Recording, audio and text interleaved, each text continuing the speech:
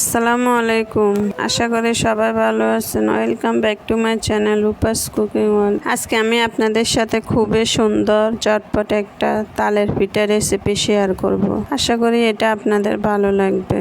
এই পিঠাটা চাইলে আপনারা সংরক্ষণ করেও খেতে পারেন 4-5 দিন। তাহলে রেসিপিটি শুরু করা যাক। প্রথমে একটা প্যানে নিয়ে নিচ্ছি ফ্রেশ তালের রস, দিয়ে দিচ্ছি হাফ কাপ চিনি, দিয়ে দিচ্ছি হাফ কাপ লিকুইড দুধ, জাল দিয়ে ঘন করা 1 কাপ লিকুইড দুধ, দিয়ে দিচ্ছি স্বাদ মতো লবণ, দিয়ে দিচ্ছি ফ্রেশ 1 কাপ কোরানো নারকেল। নারকেলটা আপনারা আপনাদের পছন্দ মতো দিবেন, মিষ্টিটাও। চুলায় আমি প্যানটা বসিয়ে বলক আসা পর্যন্ত অপেক্ষা করব।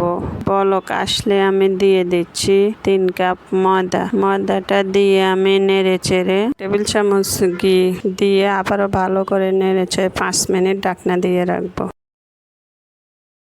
মধ্যে নিয়ে এভাবে আমি একটু একটু ডো নিয়ে পিঠার শেপে বানিয়ে নিচ্ছি। আপনারা চাইলে হাত দিয়েও চামচ দিয়ে ডিজাইন করে বানাতে পারেন, তাতে কোনো সমস্যা নেই। সবগুলো পিঠা আমি বানিয়ে নিয়েছি। একটা প্যানে পরিমাণ মতো তেল গরম করে নিয়েছি। এখন পিঠাগুলো আমি একটা একটা করে দিয়ে দিচ্ছি। পিঠাটা লো হিটে ভাজতে হবে, হাই হিটে ভাজা যাবে না। এটা ধৈর্য 2-3 মিনিট ধরে পিঠাটা উল্টে পাল্টে ভেজে নিয়েছি। ব্রাউন কালার হলে পিঠাটা হয়ে যাবে।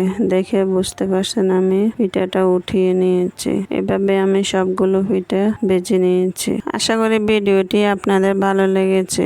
খুবই সহজভাবে দেখাতে চেষ্টা করেছি। একটা লাইক দিয়ে চ্যানেলটি সাবস্ক্রাইব করে রাখার অনুরোধ রইল। রেসিপিটা কেমন হয়েছে কমেন্ট করে জানাবেন।